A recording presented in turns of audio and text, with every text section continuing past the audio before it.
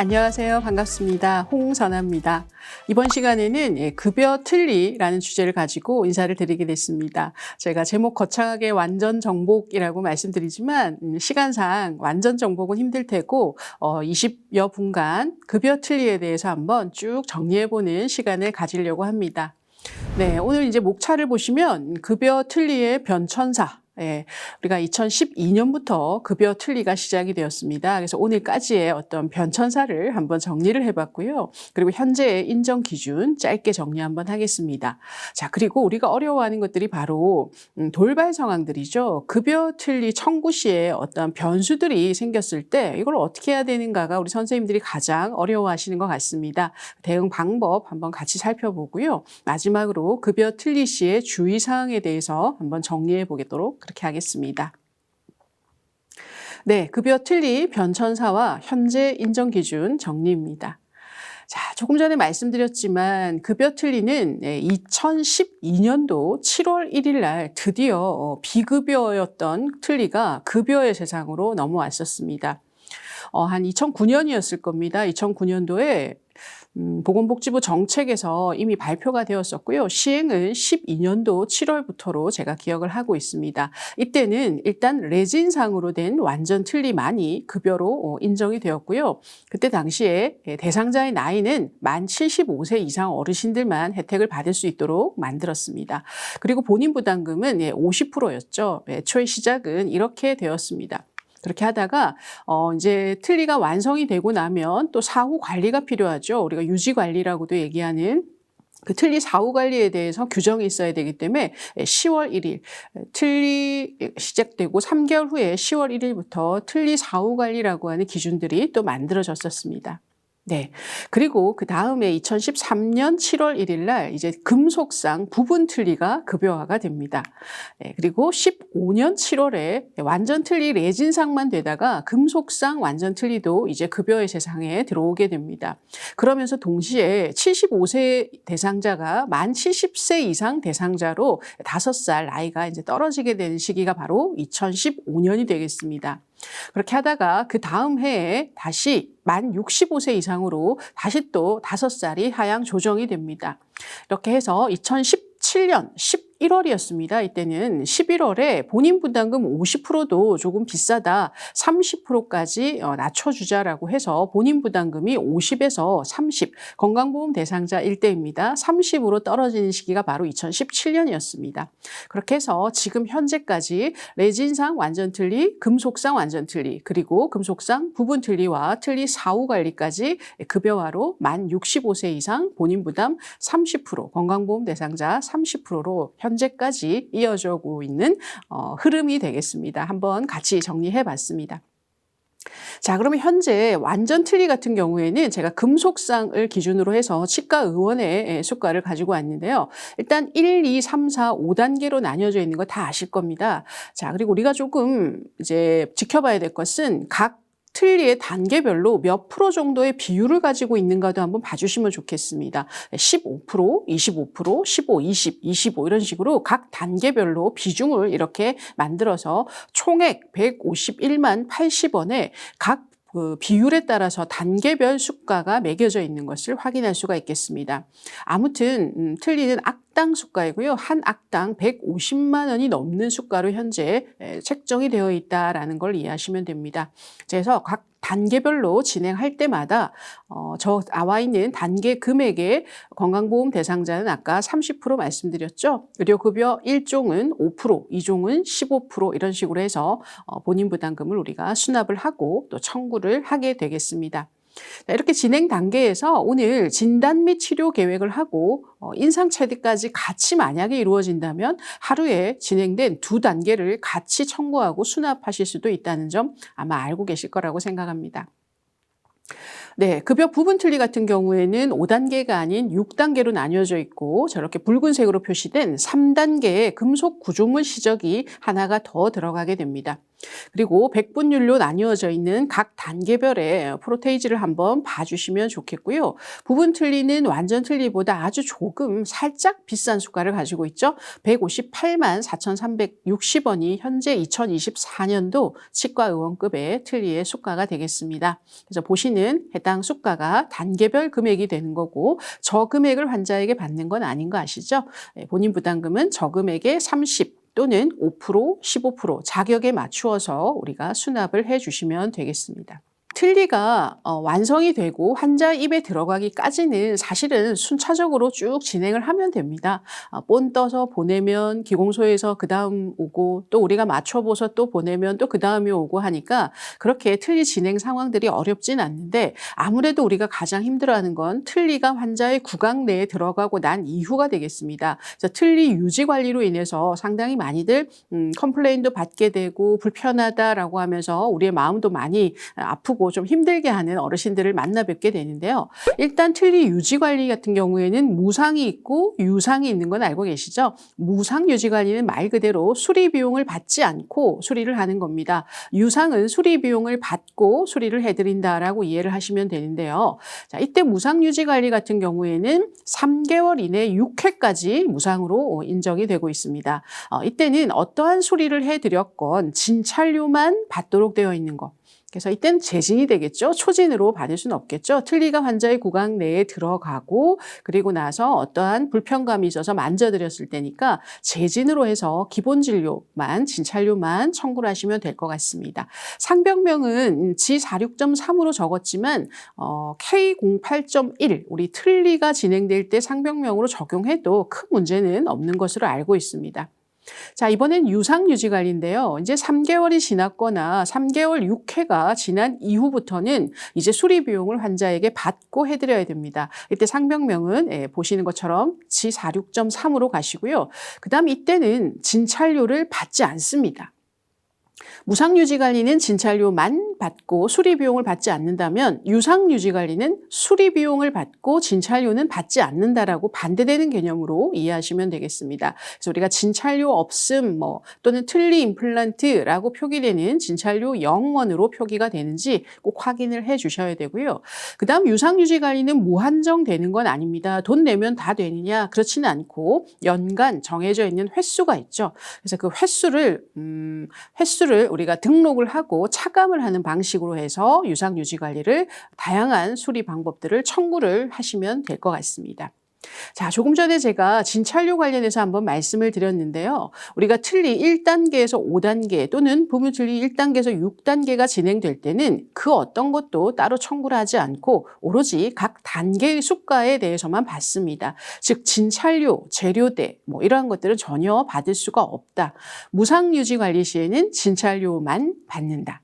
유상유지관리 시에는 진찰료를 받지 않고 유상유지관리의 행위만 등록하고 청구하고 수납한다. 이렇게 진찰료에 대해서도 다시 한번 정리해 봤습니다. 자, 그러면 이번에는 우리가 어려워하는 돌발 상황, 변수들에 대해서 어떻게 대응하면 좋을지 Q&A 형식으로 한번 정리해 보도록 하겠습니다. 자, 한번 보겠습니다. 사전 점검에서 오류가 있어서 확인해 보니까 부분 틀니 환자인데 신청을 완전 틀니로 잘못한 거죠. 아직 청구를 하기 전인데 이거 어떻게 하면 좋습니까? 라는 질문에 대해서 답을 우리 같이 한번 생각해 볼까요? 자, 일단 청구를 하기 전이니까 그나마 참 다행입니다. 그죠? 일이 그렇게 복잡하지는 않을 것 같습니다. 자, 이 경우에는 일단 등록을 잘못하신 거니까 완전 틀니 신청한 걸 취소 처리하시고요. 그리고 부분 틀니로 다시 등록하셔서 청구를 하시면 되겠습니다. 일단은 틀니 취소 신청서를 팩스로 보낼 수밖에 없죠. 당일이 아니기 때문에 취소 서류를 공단에 보내서 취소 처리가 되면 부분 틀니로 다시 바꾸어서 진행하시면 될 것 같습니다. 자, 다음은요. 2019년에 보험으로 부분 틀니를 제작, 사용하던 환자, 치아 상태가 안 좋아서 모두 발치를 하고 완전 틀니, 무치약 환자가 됐습니다. 그래서 완전 틀니를 재제작해야 되는데 이때 이미 부분 틀니를 19년에 혜택을 받았는데 다시 완전 틀니 보험 혜택이 되는가에 대한 질문입니다. 여러 우리 치과 스태프들의 커뮤니티에 들어가면 이와 관련된 질문들이 꽤 많이 올라와 있습니다. 네, 자, 이분이 부분 틀니를 하시다가 무치약 상태가 되어서 완전 틀니를 해야 되는데 7년이 안 지났기 때문에 안 됩니다라고 하면 식사를 하실 수가 없는 거죠. 따라서 이때는 7년이 되지 않았다 하더라도 언제든지 무치약 상태가 되어 완전 틀니가 필요하다면 이때는 완전 틀니 등록이 가능하고요. 청구도 가능하겠습니다. 자, 다음 급여 완전 틀니를 제작하여 사용하던 중에 2년 만에 불편하시다. 예, 완전 틀니 끼시면 아무래도 불편함이 많으십니다. 그래서 2년 만에 임플란트를 좀 심어서 부분 틀니로 조금 힘있게 틀니를 만들어 드리면 어떨까? 이때 부분 틀니 보험이 되는가에 대한 질문도 정말 많이들 주고 계십니다. 자, 지금 완전 무치약이기 때문에 이때 임플란트를 심는 건 현재의 기준에서는 급여가 되지 않으니까 임플란트는 비급여로 들어갈 수밖에 없습니다. 자, 비급여 임플란트가 들어가고 나서 그러면 이제 치아가 생긴 거나 마찬가지니까 이때 부분 틀니를 하면 되는 거 아닌가라고 생각을 하시겠지만요. 앞서 질문과는 다르게 급여 완전 틀니 혜택을 받으신 분이 부분 틀니로의 제작은 현재 불가합니다. 부분 틀니 대상자가 완전 틀니로 가는 것은 가능하나 완전 틀니 대상자가 거꾸로 부분 틀니로 가는 것은 불가하다라고 말씀을 드립니다. 자, 그럼 이번 질문 보겠습니다. 급여 완전 틀니를 하고 7년이 지났는데요 라고 합니다.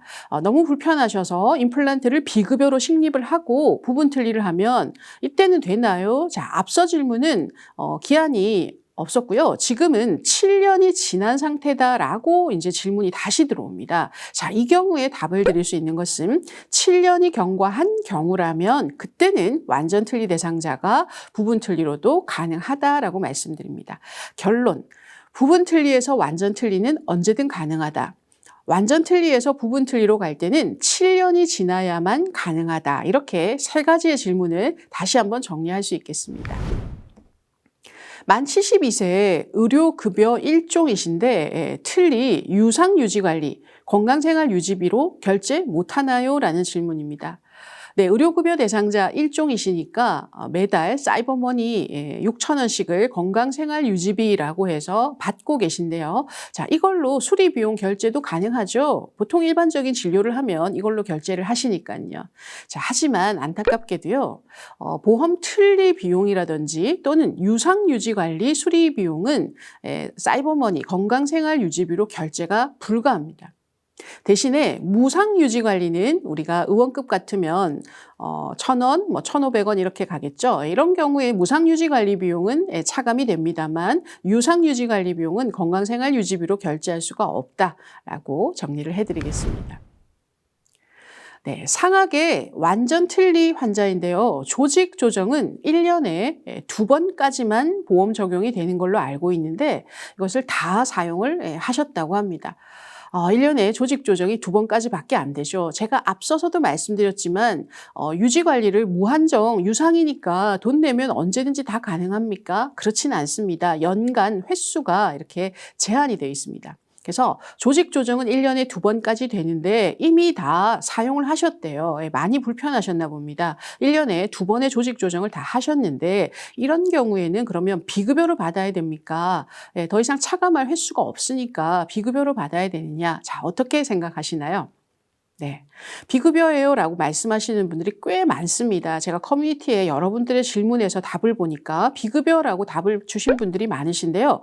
비급여로 받으시면 안 됩니다. 자, 이 경우의 답은 유상유지관리의 횟수를 모두 다 소진하셨기 때문에 비급여가 아니라 총진료비 전액 본인 부담입니다. 네. 자, 건강보험 대상자였으면 30%만 내면 되는데 지금 자녀 횟수가 없기 때문에 이때는 비보험으로 10만 원 주실래요? 50만 원 주실래요? 이렇게 접근하는 게 아니라 총액을 환자가 100%를 다 낸다는 것이죠. 비보험과 환자 전액 부담 100대 100이라고도 우리가 말하는 그것과는 엄연히 다른 것입니다. 그래서 좀 더 우리가 명확한 표현을 쓸 수 있으면 좋겠습니다. 총액을 환자에게 다 받습니다라고 정리하겠습니다. 46번 치아가 있는 상태에서 33과 43 보험 임플란트 식립을 하고 보험 틀니를 신청을 할 때 보철물 장착을 하고 3개월이 지나야 지대치로 인정이 되니까 그때서야 틀니 등록이 가능한가요? 라는 말씀이십니다. 자, 46번 치아가 있는 상태니까 33, 43 임플란트 보험 혜택 받으실 수가 있겠죠. 무치아 환자가 아니니까요. 자, 그리고 나서 이제 틀니를 하려고 하는데 33, 43 크라운까지 올라가고 나서 3개월이 지나야 우리가 자연 치아와 같이 인정된다라는 이런 기준들을 아마 상당히 많이들 들어보셨을 겁니다. 그래서 3개월이 지나야 틀니를 할 수 있는 거죠? 라는 질문을 주셨는데요. 네. 자, 그러면 이분은 3개월 동안은 아무것도 할 수 없는 상황으로 그냥 방치돼야 될까요? 그건 아니겠죠. 자, 이런 경우에는 우리 선생님들이 많이 잘못 알고 계신 경우가 많은데요. 급여 임플란트 3단계 보철을 장착하고 나서 틀니는 3개월이 지나지 않아도 바로 시작할 수가 있습니다. 네, 기간에 상관없이 바로 본 떠서 빨리빨리 진행이 될 수 있도록 허락을 해주고 있으니까 굳이 3개월을 기다리셔야 된다는 상담을 하실 필요는 전혀 없다라는 말씀드립니다. 삭감 전혀 일어나지 않고 있습니다. 네, 자, 여기까지 우리 선생님들 돌발 상황, 변수들에 대해서 한번 정리해 봤고요. 이번에는 주의사항에 대해서 한번 말씀드리도록 하겠습니다. 자, 첫 번째, 어떤 걸 조심해야 될까요?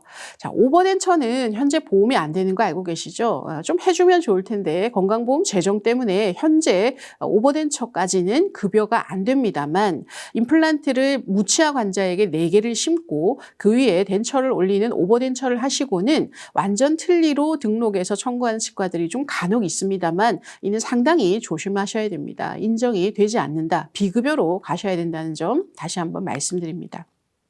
그 다음에 당일에 여러 단계가 가능하다. 네, 1단계 오늘 오셔서 진단과 치료 계획을 세운 다음에 그리고 오늘 바로 시간 되시면 인상체득까지 가능합니다라고 해서 환자분이 본까지 떼고 가시게 되면 1, 2단계를 할 수 있는 것이고요. 또는 부분 틀니에서 금속 구조물 시적이라고 하는 프레임을 맞추고 왁스 악강관계 체득한 다음 치아 배열까지 해서 가져오면 3, 4, 5단계가 동시에 벌어질 수도 있는 상황입니다. 예, 이 틀니의 특징이 바로 여러 단계를 당일에 진행했다면 가능하다라고 정리를 해드릴 수 있겠습니다. 자, 그다음 우리가 참 많이 또 실수해서 나중에 그 사후 점검 관리라든지 자율 점검에서 문제가 되는 것들이죠. 같은 단계를 2번 청구하는 이런 실수를 하시면 안 되겠습니다. 이건 우리 내부적으로 손발이 맞지 않아서 아마 이런 일이 벌어졌을 테죠. 저희가 나쁜 마음을 먹고 굳이 일부러 2번, 3번 청구를 동일 단계를 넣지는 않을 겁니다. 우리들의 실수일 텐데요. 아무튼 같은 단계, 2단계를 2번 넣는다든지 3단계를 2번 넣는다든지 이런 일이 없도록 늘 주의를 기울이셔야 될 것 같습니다. 네, 그 다음에 날짜, 등록 날짜가 상당히 중요하죠. 등록 일자 전에 청구가 먼저 들어가는 거죠. 예를 들어서 등록 일자는 3월 5일인데 청구는 2월 말에 1단계가 들어간다든지 그러면 아직 등록 일자 전에 시행된 거니까 당연히 인정받을 수가 없습니다. 등록 일자가 먼저고 시술이 뒤에 들어가는 건 괜찮습니다만 또는 같은 날 들어가는 건 괜찮습니다만 등록 일자가 뒤고 시술 일자가 먼저 들어가지 않도록 늘 주의를 기울이셔야 되겠습니다. 네, 그리고 신청한 틀니의 종류와 일치되도록 하셔야 되는데요. 우리가 신청은 부분 틀니를 한다고 해놓고는 또 우리의 실수로 완전 틀니 1단계를 클릭하거나 또는 완전 틀니를 한다고 신청해놓고 부분 틀니로 갑자기 청구를 잘못 입력하는 또는 뭐 1, 2단계는 완전 틀니 넣고 3단계부터는 부분 틀니로 간다든지 이렇게 우리의 좀 부주의로 인한 실수들이 좀 많습니다. 이런 일이 없도록 늘 주의하셔야 되고요. 또 부분 틀니 예를 들어 임시 틀니를 하지 않기로 했는데 갑자기 원장님께서 임시 틀니 해야 되겠다. 또는 임시 틀니 하시기로 해놓고 안 해도 되겠다. 이렇게 상황이 좀 바뀌는 경우들이 있습니다. 그런 경우에는 저희가 신청해 놓은 것과 일치되지 않는, 즉 임시 틀니는 안 합니다라고 했는데 임시 틀니 청구가 들어갔을 때는 당연히 인정받기가 어렵겠죠. 따라서 실제 진행되는 내용과 등록 내용이 정확히 일치되도록 늘 우리가 주의를 기울여야 될 것 같습니다. 네. 차기 국회에 우리 대한치과의사협회에서요. 이걸 바란다라고 정책 제안서를 발간해서 보낸 걸로 알고 있습니다. 그러니까 차기 국회 이게 지난 기사니까요. 현재는 22대 국회죠. 22대 국회가 이미 시작이 되었고요. 이 22대 국회에 대한치과의사협회에서 이걸 바랍니다. 제발 좀 바뀔 수 있도록 입법 처리해달라라고 제안서를 발간한 내용 몇 가지 틀니에 관해서만 몇 가지 한번 정리를 하고 강의를 마무리할까 합니다. 네, 틀리 건강보험 확대를 요구했고요. 그리고 본인 부담 비용을 좀 낮춰달라고 요구한 내용 같이 한번 살펴보겠습니다. 일단 장애인 등 취약계층을 대상으로 완전 틀리 우선급여 범위를 확대하자라는 제안을 했습니다. 일단 65세 이상이 지금 현재는 틀리가 급여화되다 보니까 장애인 같은 경우에도 역시나 65세가 되어야만 틀리를 보험 혜택을 받는다. 그렇게 되면 식사하시는 상당히 애로사항들이 많습니다. 근데 또 취약계층에 계신 분들은 또 임플란트를 할 수도 없다 보니까 이분들은 나이 제한을 조금 풀어서 완전 틀리 필요한 대상자부터는 조금 연령 제한 풀어서 범위를 좀 더 확대하자.